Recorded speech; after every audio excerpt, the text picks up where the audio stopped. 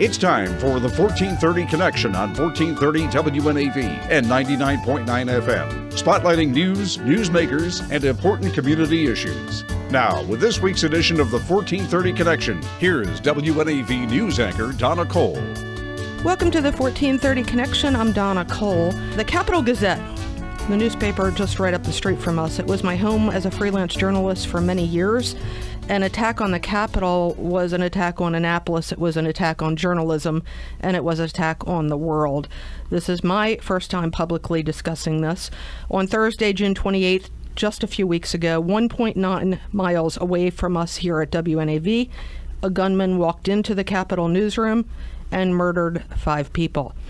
They were Rob Hyacin, Wendy Winters, John McNamara, Gerald Fishman, and Rebecca Smith. Rebecca was a new hire at the paper. She worked as a sales assistant. She was 32 years old, and by all accounts, she loved life and all of the people and animals around her. My voice is breaking a little, I'm sorry. I didn't know Rebecca, but I do know what living with pain is like, and she did. She had endometriosis. She talked about it openly. She wrote about it on Facebook. She wanted others to understand it. I wanted to remember Rebecca, and this is my way of doing that. Please welcome today to the 1430 Connection, Dr. Latasha Murphy of Mercy Medical Center in Baltimore. She's a gynecologist and a surgeon at the Gynecology Center at Mercy Medical Center. And Jess Jacklin, who has been a guest on the 1430 Connection before. She's a stop-motion animation artist and documentary filmmaker. She's from Kent Island. She's currently living in Brooklyn, New York. She suffers from endometriosis and is working on a film about the topic. Thank you both for joining me today. Thank you for having me. All right, so let's talk about first Jess's journey. And Dr. Murphy, I will promise you that I will get to you because you can provide the insight medically. Sure. Endometriosis, when did this start for you? Endo started for me, we like to say endo. Yeah. It wasn't when I my first period. I think it was, around the age of 15, 16 that things started to manifest for me. I can remember very clearly being at soccer practice one morning and coming home with extreme pain, which they thought was toxic shock syndrome, actually, when it first happened. There was a lot of, mystery on what it was, but, a lot of vomiting and killer cramps, as they say. Not uncommon. All right, so it hurts.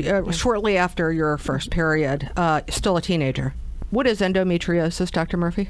Endometriosis is basically when you find the inner lining of the uterus, which usually is shed off by a woman's menstrual cycle every month. You find those cells outside of the uterus. So they attach themselves to places in the pelvis, such as sometimes on top of the bladder or the bowel, or just places that are not designed to have endometrial tissue. Is this, obviously you've worked with this for a while, and by the way, I'll give you some biographical information on Dr. Murphy. You specialize in diagnosis and treatment of routine and complex GYN conditions, including endometriosis, chronic pelvic pain, ovarian cyst, irregular period cycles, and abnormal bleeding. You have advanced training in minimally invasive GYN surgery, including robotic surgery for endometriosis and other conditions of the female genital tract. You're not new to this. Correct. It's obviously not hard for you to diagnose, but has this historically been a hard thing to diagnose? It has. So in my experience, I get to see a lot of patients with endometriosis, and oftentimes they have been suffering from pain for years, somewhere in the range for 3 to 5 years before they get to us and get the actual diagnosis of endometriosis. It's oftentimes said that it's irritable bowel syndrome or some other sort of autoimmune problem, but endometriosis is typically the last thing on the list that people look into. That's unfortunate. It is. Because you, Jess, and others like you, Rebecca, probably suffered for years and just had no answers, and it's the most... I've been there too for a different condition. It's frustrating. Yeah. Oh, yeah, absolutely. It is. The not knowing is really difficult, and a lot of women go through, years and years with this sort of. I think also there is a period in the way of this whole thing, which is we've sort of normalized period pain. as a lot of women, even your mom might say to you, cramps are normal, or, if you're in bed for a day, that could be normal, but it's not normal if you're not functioning because of your period. And so that's something that we just culturally need to get, the word out about. It's just... What an amazing thought that is. Yes, and I we agree do. with that. Yes, my daughter does. I do, or did. Sorry, now passing that point. Yeah. Yeah, I agree with that completely. I have a number of patients who come in who've seen other GYNs in the past, and they've even said, periods are not pain-free. Like, just take some ibuprofen. It will be okay. It's normal to have pain. But if you are, like you just said, unable to get out of bed because you're in so much pain, that's not normal. If you're having nausea and vomiting with your cycles every month, that's also not normal and shouldn't be normalized. Very good points. We're going to take a short break on the 1430 Connection. We will be right back.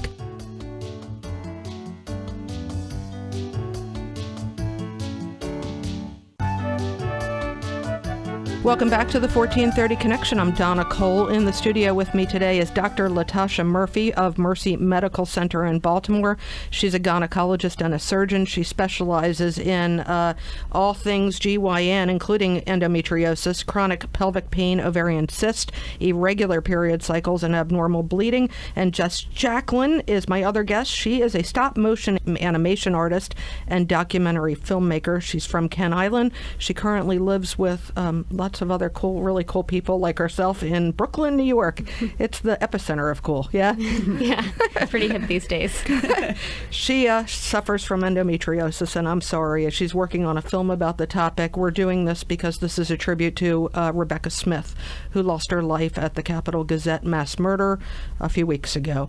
Jess was just talking about downplaying the period cycle and how horrifically painful it can be for many of us. Absolutely. Is there a connection between that and endometriosis? So there's no direct correlation to the amount of endometriosis someone has in the pelvis versus the amount of pain that they experience. Unfortunately, the nerves in the pelvis are not the smartest, I like to say. They don't tend to be as specific as if you were get a paper cut on your finger. You can tell exactly where that is, how much pain that is, but that's not so true of the pelvic nerves. So when you get in for someone who has endometriosis and they experience pain 2 to 3 weeks before they've even started their cycles, and then through the cycle, you can get into the abdomen and actually only find 1 or 2 areas of endometriosis, but that is a cause of significant pain because it causes a lot of inflammation. Hope for those that suffer from it. Do you cut nerves, and is there a correlation between this and able to have children? Yes, is the answer to both of those questions. So in terms of what you can do to treat it, you can go in surgically and resect the areas of endometriosis. There are some providers. I'm just going to stop you there. Resecting is the medical way of saying cutting because it's yes. okay. All right. Yes, thank you for clarifying. So you would go in and cut out the sections of endometriosis, but there are also some providers who will do who will cut nerves and other nerve pathways to decrease the amount of pain that someone is experiencing. And in terms of the correlation between having children, so it is known that endometriosis can decrease a patient's fertility. So like I said before, it causes a lot of inflammation, it can cause a lot of scarring, and that can lead to decreased fertility. What have you heard in your journey with Jess, and does that concern you? Because I know you have not had children yet. No, I haven't. From what I understand about where my tissue is located from one surgery I've had, it's not going to be an issue for me, but it is for many women. So I am lucky in that regard. You did mention inflammation, which is huge in, really so many diseases. It's controlling inflammation. I am finding just through, eating differently, trying to really manage inflammation with diet, even using the NSAIDs, which is like Advil, before getting my period, that it is helping a little bit with it. Inflammation is so huge in this disease, and figuring out how to manage it. It is. I've been told that their nerve damage patients or people with nerve pain are the best meteorologists. Does it hurt worse when it rains or snows? Interesting. I haven't noticed that correlation. I am absolutely in the camp of I don't have much endometriosis, but I have a lot of pain. Mm-hmm. A lot. Throwing up, in and out of the hospital a couple times a year. But I don't have that much actually physically in my body. So It is on a nerve, though. like you said. And Yes. you said, I'm sorry, you're about to talk, Dr. Murphy. No, you're good. What has helped you other than taking the... I know in my journey, everybody's handed me, in this day and age of the opioid epidemic, every doctor I've ever seen for my nerve pain has handed me, here, take another narcotic, take this, take that. And I keep saying, no, I don't want anything. And so recently with medical cannabis coming into the picture here in Maryland, I've been approved for that. I haven't tried it. What's worked best for you? Oh, that's great. Yeah, I have tried some of the rubs and things, and that helps definitely with relaxing. And mine is so severe that it's never gotten me out of an episode if I'm going to have an attack. It's pretty much, there's nothing that can be done other than letting it really pass. I mean, for about an hour, I'm just in a lot of pain. I have been given, oxycodone, different morphine, usually it would be given to me at an emergency room, Right. and through a vein because I can't keep anything down. So, which is not something that you want to have to do to your body. Like you said, these drugs are really intense and heavy. And actually, Marilyn Monroe had endometriosis. We didn't know that that's what caused her to become addicted to painkillers. What do you know? She died of overdose of painkillers and had endometriosis, we now know. Wow. So there are a lot of women that are addicted to pain meds because they're trying to just manage their pain. So this is why you probably see the surgical route as so much preferred, although you Yes. have to treat the after effects of the surgery with pain medications. Right. But it's also a important part of treating endometriosis to make sure that we establish sort of what the goals of treatment are. Because unfortunately, as Jess probably knows, there's very rarely that we're able to get patients completely pain-free, right? So we do a combination of things to try to decrease the amount of pain that they're in. So surgery, for one, to remove the actual endometriosis burden that a patient is dealing with. And are you using MRI beforehand with guided injections to isolate the nerves, or? We are not. Okay. Often, we actually don't see a lot of patients that have nerve involvement with endometriosis. More often than not, they've been in pain so long that the nerves are just oversensitized, so it's not directly on the nerve itself that we tend to see. Okay. So occasionally we get patients that we will end up using neuropathic pain medications for it, like things like amitriptyline or other different types of antidepressant type medications that actually work on nerve pathways to decrease the amount of pain that a patient's having. We also use pelvic physical therapy as well as some hormonal treatments to try to decrease sort of the, I guess you can say, the gas to the fire of endometriosis. So endometriosis is stimulated by estrogen hormone. So we try to use hormones to sort of decrease the amount of estrogen that's circulating through the body. So as women enter menopause, does this get better? It does. Okay. Yeah. All right, we're going to take another short break on the 1430 Connection. We will be right back.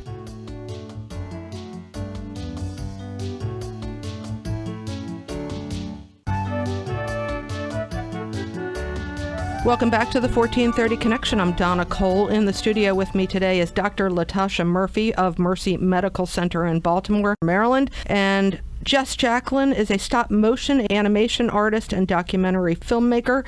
She's from Kent Island. She's currently living in Brooklyn, New York. She suffers from endometriosis and is working on a film about the topic. When is the film going to be done? Well, we're still filming. Yes, I noticed. Documentary. You have a friend here in the studio with us. Yes. So I hope I don't get this wrong. Endometriosis Awareness Month. I believe it's in March of every year. Yes, right? Okay. I knew it was an M. I would love to be able to do something for, there's a lot of talk around endometriosis that month. So if we can finish in time for that, that would be great. My goal was to have something for March of this past year, but here we are. So Filmmaking. Documentaries take a while. Yeah. But yeah, I have been filming another girl in New York who, one of her symptoms, which is something we could touch on too, I guess, is pain with sex, which is not something that a lot of people realize with endometriosis. And for a lot of guys out there, it ruined her relationship because there was confusion around, do you just not enjoy this thing with me? Really? Right. She was having intense pain. So she's a 33-year-old woman who's never had painless sex. So Dr. Murphy, can you talk to that? Absolutely. So Endometriosis is often found in the lower aspect of the pelvis. So that means that you can often find it right behind the cervix. During intercourse, sometimes with penetration, you have movement of the cervix, which pushes right into those inflamed areas of endometriosis right behind the cervix and the pelvis. So that really causes a lot of pain for people during intercourse. Again, it is often recommended, of course, that you go in and remove that endometriosis, and usually, at least in my experience with my patients, that has done very well for them in terms of being able to tolerate penetrative intercourse. For those that experience pain anywhere on the body, chronic pain, this isn't just a physical issue. There's a psychological attachment. Absolutely. And one of the things that I find help is I tell my patients all the time to try to exercise and do things that sort of release endorphins, because that actually helps with the mental aspect of it. And it's also a challenge for patients, right? They're in pain. No one wants to go and exercise when they're in pain. However, it does seem to help with dealing with the pain every day. You're doing something at least that is sort of getting your mind off of it, as opposed to sort of sitting there and like, oh, I can't move because I'm in so much pain. So just sort of trying to do other things to just get your mind off of the chronic pain every day. Which is interesting. Jess, you and I have something in common. We look through our camera and focus on other things. Is that part of your pain relief? It certainly is part of mine. Oh, yeah. I think it took me a while before I realized that's what I was doing. But definitely there's a processing through the camera. And my films are typically pretty personal subjects. You know, my grandfather and my relationship and with him, and Chesapeake Bay and this disease, which, you know, in the process of filming this girl in New York I told you about, I was having to really look at my own relationship with the illness. And so part of the film is becoming more personal, you know, and sort of my journey through understanding it. Yeah. You know, you have to see a lot of patients in despair, Dr. Murphy. How do you, as a woman, as a gynecologist, but also as a human being, it's got to be tough for you. I know there's this beauty to the side of what you do that involves babies and, you know, lots of other stuff and bringing people relief, but it's got to be sometimes very trying. It is very trying, but the way I approach my job and what I do is I realize we're in this sort of as a team. Like, I feel like a lot of the patients that I see, by the time they get to me, they have felt like they've dealt with this pain all alone. No one understands what they're going through. And I just let them know this is not a sprint. You know, this is a marathon and a process that we're going to have to do to figure out what's going to be the best treatment option for them. And so it's nice for me personally just to see the little progressions that we get with patients throughout the time that we're working together. And interesting, there is an endometriosis center at Mercy Medical Center. Correct. Do a lot of people suffer from this? Do a lot of women suffer from this? Yes. So there about 10% of reproductive age women suffer from endometriosis. For those that want more information on how to find you, Dr. Murphy, where can they get it? They can just look up Mercy Medical Center, so mdmercy.com. All right. And they'll just look in the gynecology department and they'll find all they need to know about Endometriosis Center and the doctors that can help them. And I'm gynecology only, so I don't do obstetrics currently. So anyone who has a gynecology problem, I can help them. Okay. Jess, for more information about you, are you open to people contacting you to say, hey, Absolutely. Where can people find out more information about you, the film, all that? Yeah, I guess the film project itself is on my own personal website, which is just my name, jessjacklin.com.